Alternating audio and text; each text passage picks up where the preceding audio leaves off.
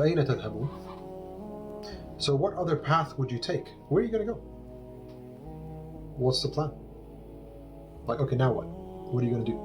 I've just told you everything, how it's all going to go down, and what your consequences will be, where you're going to stand, and what it's going to look like. Allah's painted for us a very vivid picture to help us understand the magnitude and the gravity of the situation that we're going to be dealing with. We're all going to be dealing with this situation.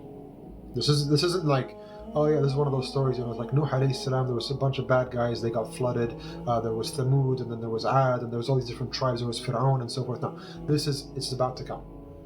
We don't know when, but it's coming, and whenever it comes, we will be a part of it, dead or alive. We're going to be there, Day of Judgment. So Allah giving us a very, very vivid description, again, to remind us of what? Of death, of reality, so we can prepare accordingly. So here he says, now what? Where are you going to go? What's the plan? فَأَيْنَ تَذْهَبُونَ? We've just removed any doubts. It's not from a demon, it's not from a sage, it's not soothsaying, it's not witchcraft or voodoo or any of that nonsense. It's from a noble messenger. It is the truth, it is the light. You have this information now, you know what's going to happen. The responsibility is on you. فَأَيْنَ تَذْهَبُونَ? إِنْ هُوَ إِلَّا ذِكْرٌ لِلْعَالَمِينَ. Surely this Quran is only a reminder to the whole world. It's a reminder. Reminder of what? Everything that we just talked about. It's like, you're going to die. Now this doesn't mean to be pessimistic. This doesn't mean to be negative. You don't just sit there and say, oh, well, what's the point of living? I'm going to die anyway. That's not how it works. That's a negative way of looking at it. That comes from Iblis, and his name comes from Iblis, which means to be completely hopeless. Hopelessness comes from shaitan, which leads to depression. It's all shaitan stuff. This is just a reminder. The Quran is a reminder to remind you of the reality that you and I are going to face, to remind you of the reality that we are all going to die, to remind you of the reality that we will be resurrected, to remind you of the reality that our deeds are being written right now. What we do and what we say, what we think, how we act and how we act with other people. That's all being written. It's all being recorded. Everything is, you are under 24-hour surveillance, 24/7. There's nothing you can say or do that gets away. Anything that you do that's bad can be forgiven if you come with a pure heart and ask for forgiveness, and Allah accepts it. Anything that you do that's good and gets recorded can be multiplied. It's not rocket science. It's very simple. Did you know? Yes. Did you act upon what you knew?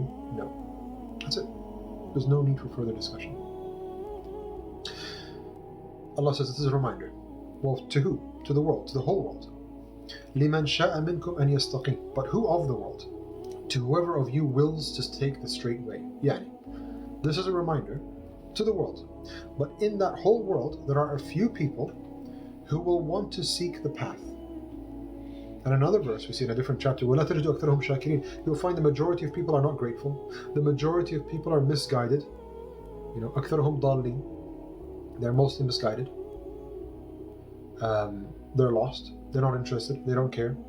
They're convinced. They've been tricked by the shaitan. They've never thought about it. I don't have time for that. Brother, I'm busy. I don't want another one of those sheikh guys again talking to me. I'm not interested. So لِمَنْ شَاءَ مِنْكُمْ أَنْ يَسْتَقِيمَ. So basically, whoever wants to be on the straight path, whoever wants to sort their life out, whoever wants to prepare for the next life, whoever actually genuinely wants that, فَاسْتَهْدُونِي أُهْدِكُمُ الصِّرَاطَ الْمُسْتَقِيمَ. Ask me for guidance, I will give you guidance. From Allah's side. Ask for guidance, you will get it. But you can't just say, well, okay, I don't know, if Allah wants to guide me, well, it's like, what do you want me to do about it? So I'm just going to sit there, I'm going to watch a movie, and if Allah wants to guide me, I'll get up and pray or something, but it's up to Him. Because He owns guidance, right? Al-huda huda Allah. Allah owns all guidance. So if He really wanted me to be guided, He would have guided me. It doesn't work that way. You have to want it first. Get up. I want to be guided. I want to be a better person. I want to, whatever the case is. Ask Allah, genuinely and sincerely. Ya Allah, guide us to the straight path. And you will be guided, inshallah. It's not that hard. So this is a reminder to who? To the people who want to be guided. To what? To the straight path. So then Abu Jahl came. This is in the tafsir. Abu Jahl then said, so it's up to us then. We'll just choose if we want to be on the straight path. Yeah, I want to be on the straight path. So it was like a challenge. He was trying to be arrogant, as he was. So then the next verse came, which is the final verse of the surah. And it says, وَمَا تَشَاءُونَ إِلَّا أَن يَشَاءَ اللَّهُ رَبُّ الْعَالَمِينَ. But you cannot will. So the verse says, the previous one says, to whoever of you wills to take the straight way. So this is a reminder to whoever wills to take the straight way. Abu Jahl said, okay, well, I will it. Now what? Okay, I will it. Like it was a challenge. The next verse says, but You cannot will to do so except by the will of Allah, the Lord of the worlds.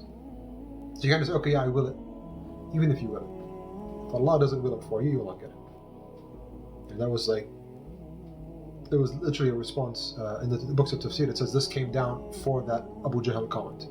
He's like, oh, okay, so I'll just do it myself. Okay, I will it. Great, now what?